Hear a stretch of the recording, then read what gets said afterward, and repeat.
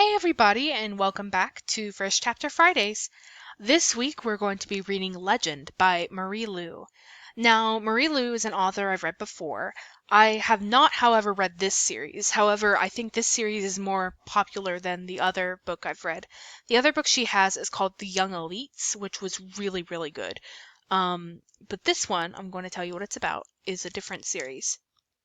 Once known as the western coast of the United States, the Republic is now a nation perpetually at war with its neighbors, the colonies. Born into an elite family in one of the Republic's wealthiest districts, 15-year-old June is a military prodigy. Obedient, passionate, and committed to her country, she is being groomed for success in the Republic's highest circles. Born into the slums of the Republic's Lake Sector, 15-year-old Day is the country's most wanted criminal. But his motives may not be as malicious as they seem. From two different worlds, June and Day have no reason to cross paths until the day June's brother, Matthias, is murdered, and Day becomes the prime suspect. Now, caught in the ultimate game of cat and mouse, Day is in a race for his family's survival, while June tries desperately to avenge Matthias's death. But in a shocking turn of events, the two uncover the truth of what has really brought them together, and sinister lengths to which their country will go to keep its secrets. So this is her first novel, I think. So this was written before The Young Elites, and I will be ready to read you the first chapter now. Los Angeles, California, Republic of America. Population 20 million. Part 1. The Boy Who Walks into the Light. Day. My mother thinks I'm dead. Obviously I'm not dead, but it's safer for her to think so. At least twice a month I see my wanted poster flashed on the jumbotron scattered through the downtown Los Angeles. It looks out of place up there. Most of the pictures on the screens are of happy things. Smiling children standing under a bright blue sky, tourists posing before the Golden Gate ruins, Republic commercials in neon colors. There's also anti-colonies propaganda. The colonies want our land, the ads declare. They want what they don't have. Don't let them conquer your homes. Support the cause. Then there's my criminal report. It lights up the jumbotrons in all its multicolored glory. Wanted by the Republic. Day. Warning for assault, arson, theft, destruction of military property, and hindering the war effort for 200,000 Republic notes for information leading to arrest. They always have a different photo running alongside the report. One time it was a boy with glasses and a head of thick copper curls. Another time it was a boy with black eyes and no hair at all. Sometimes I'm black, sometimes I'm white, sometimes olive or brown or yellow or red or whatever else they can think of. In other words, the Republic has no idea what I look like. They don't seem to know much of anything about me, except that I'm young and that when they run my fingerprints they don't find a match in their databases. That's why they hate me, why I'm not the most dangerous criminal in the country, but the most wanted. I make them look bad. It's early evening, but it's already pitch black outside, and the jumbotron's reflections are visible in the street's puddles. I sit on a crumbling window ledge, 3 stories up, hidden from the view behind rusted steel beams. This used to be an apartment complex, but it's fallen into disrepair. Broken lanterns and glass shards litter the floor of this room, and paint is peeling from every wall. In one corner, an old portrait of the Elector Primo lies face up on the ground. I wonder who used to live here. No one's cracked enough to let their portrait of the Elector sit discarded on the floor like that. My hair, as usual, is tucked inside an old newsboy cap. My eyes are fixed on the small 1-story house across the road. My hands fiddle with the pendant tied around my neck. Tess leans against the room's other window, watching me closely. I'm restless tonight, and as always, she can sense it. The plague has hit the Lake Sector hard. The glow of the jumbotrons, Tess and I can see the soldiers at the end of the street as they inspect each home, their black capes shiny and worn loose in the heat. Each of them wears a gas mask. Sometimes when they emerge, they mark the house by painting a big red X on the front door. No one enters or leaves the home after that. At least, not when anyone is looking. "Still don't see them?" Tess whispers. Shadows conceal her expression. In an attempt to distract myself, I'm piecing together a makeshift slingshot out of old PVC pipes. They haven't eaten dinner. They haven't sat down by the table in hours. I shift and stretch out my bad knee. Maybe they're not home? I shoot Tess an irritated glare. She's trying to console me, but I'm not in the mood. A lamp's lit. Look at those candles. Mom would never waste candles if no one was home. Tess moves closer. We should leave the city for a couple weeks, yeah? She tries to keep her voice calm, but the fear is there. Soon the plague will have blown through, and you can come back to visit. We have more than enough money for 2 train tickets. I shake my head.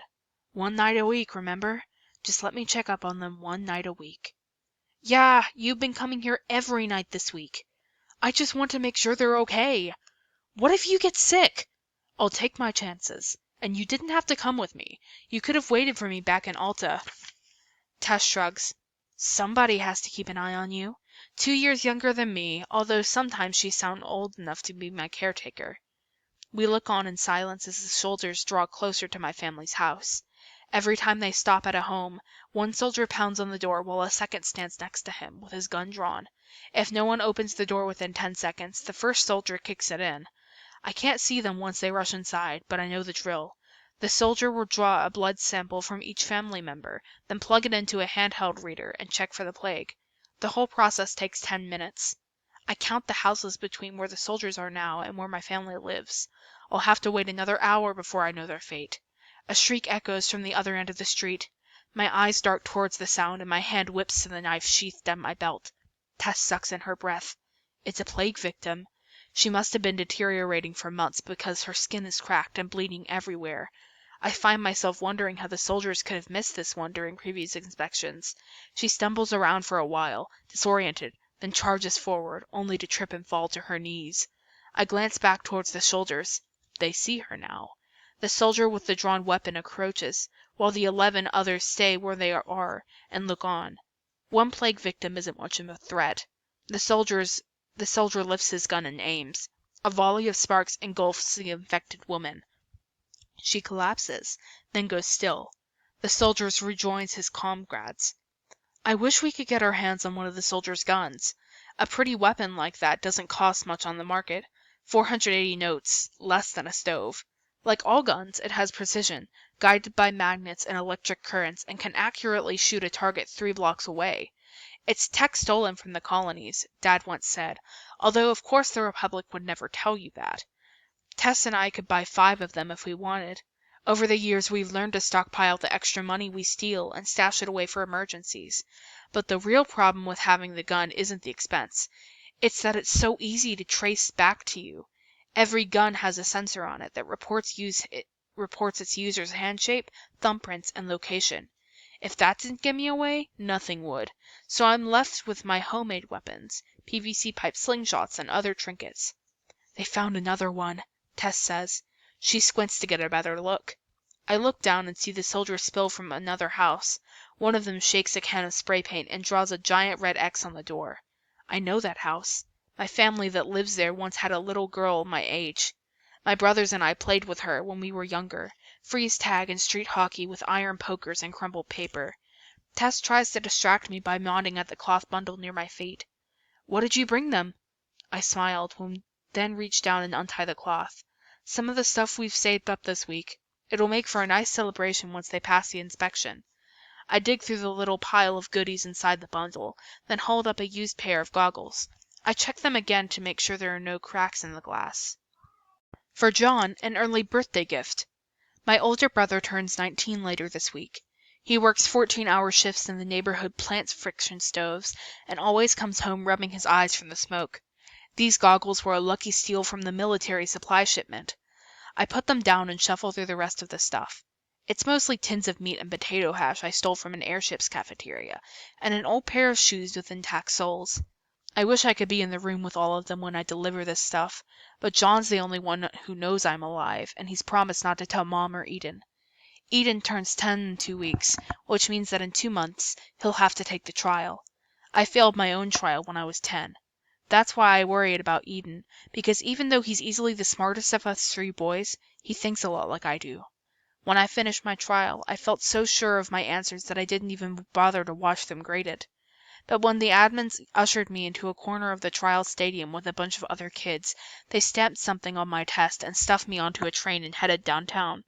I didn't get to take anything except the pendant I wore around my neck. I didn't even get to say goodbye. Several things could happen after you take the trial. You get a perfect score, 1,500 points. No one's ever gotten this. Well, except for some kid a few years ago, who the military made a gaudy fuss over. Who knows what happens to someone with a score that high? Probably lots of money and power, yeah? You score between a 1450 and a 1499. Pat yourself on the back because you'll get an instant access to 6 years of high school, and then 4 at the top universities in the Republic, Drake, Stanford, and Brennan. Then Congress hires you and you make lots of money. Joy and happiness follow, at least according to the Republic. You get a gold score, somewhere between 1250 and 1449 points. You get to continue on to high school, and then you're assigned to a college. Not bad. You squeak by with a score between 1,000 and 1249. Congress bars you from high school. You join the poor, like my family. You'll probably either drown while working with the water turbines or get steamed to death in the power plants. You fail. It's almost always the slum sector kids who fail. If you're in this unlucky category, the Republic sends officials to your family's home. They make your parents sign a contract giving the government full custody over you. They say that you've been sent away to the Republic's labor camps and that your family will not see you again. Your parents have to nod and agree. A few even celebrate, because the Republic gives them 1,000 notes as a condolence gift. Money and one less mouth to feed? What a thoughtful government. Oops, sorry about that. That is my alarm. I'm so sorry. I'll continue. Except this is all a lie. An inferior child with bad genes is no use to the country. If you're lucky, Congress will let you die without first sending you to the labs to be examined for imperfections. 5 houses remain. Tess sees the worry in my eyes and puts a hand on my forehead. One of your headaches coming on? No, I'm okay. I peer into the open window at my mother's house, then catch my first glimpse of a familiar face. Eden walks by, then peeks out the window at the approaching soldiers and points some handmade metal contraption at them. Then he ducks back inside and disappears from view. His curls flash white blonde in the flickering lamplight. Knowing him, he probably built that gadget to measure how far away someone is, or something like that. He looks thinner, I mutter. He's alive and walking around, Tess replies. I'd say that's a win. Minutes later, we see John and my mother wander past the window, deep in conversation. John and I look pretty similar, although he's grown a little stockier from long days at the plant. His hair, like most who live in our sector, hangs down past his shoulders and is tied back into a simple tail. His vest is smudged with red clay. I can tell Mom scolding him for something or other, probably for letting Eden peek out the window. She bats John's hand away when a bout of her chronic coughing hits her. I let out a breath. So, at least all 3 of them are healthy enough to walk. Even if one of them is infected, it's early enough that they'll still have a chance to recover. I can't stop imagining what'll happen if the soldiers mark my mother's door. My family will stand frozen in our living room long after the soldiers have left. Then Mom will put on her usual brave face, only to sit up through the night, quietly wiping tears away. In the morning, they'll start receiving rations of food and water and simply wait to recover. Or die. My mind wanders to the stash of stolen money that Tess and I have hidden. 2,500 notes. Enough to feed us for months, but not enough to buy my family vials of plague medicine. The minutes drag on. I tuck my slingshot away and play a few rounds of rock, paper, scissors with Tess. I don't know why, but she's crazy good at this game. I glance several times at my mother's window, but I don't see anyone. They must have gathered near the door, ready to open it as soon as they hear a fist against the wood. Then the time comes. I lean forward on the ledge so far that Tess grips my arm to make sure I don't topple to the ground. The soldiers pound on the door. My mother opens it immediately, lets the soldiers in, and then closes it. I strain to hear voices, footsteps, anything that might come from my house. The sooner this is all over, the sooner I can sneak my gifts to John. The silence drags on. Tess whispers, "No news is good news, right?" Very funny. I count off the seconds in my head. 1 minute passes. Then 2, then 4, then finally 10 minutes, then 15 minutes, 20 minutes. I look at Tess. She just shrugs. "Maybe their reader's broken?" she suggests. 30 minutes pass. I don't dare move from my vigil. I'm afraid something will happen so quickly that I'll miss it, if I blink. My fingers tap rhythmically against the hilt of my knife. 40 minutes. 50 minutes. An hour. Something's wrong, I whisper. Tess purses her lips. You don't know that. Yes, I do. What could possibly take this long? Tess opens her mouth to reply, but before she can say anything, the soldiers are exiting my house, single file, expressionless. Finally, the last soldier shuts the door behind him and reaches for something tucked at his waist. I suddenly feel dizzy. I know what's coming up. The soldier reaches up and sprays one long red diagonal line on our door. Then he sprays another line, making an X. I curse silently under my breath and start to turn away, but the soldier does something unexpected, something I've never seen before. He sprays a third vertical line on my mother's door, cutting the X in half. Okay, so that is the end of the chapter. I think this is really interesting, and I would read this if I were you. Again, the other book series she had, which I believe is a book series, when I read it there was only one book, but it starts with the young elites, and it's really good. I would recommend, I read it in 8th grade, but there are some scenes in it that are kind of, but I think it's okay. I don't know. Well, just whatever your preference is. It's also like a action/romance book. So, yeah. Um I hope you liked this and I hope you consider reading this book. Thank you. Good night. Well, it's night for me, but probably afternoon or something for you guys. See you next week.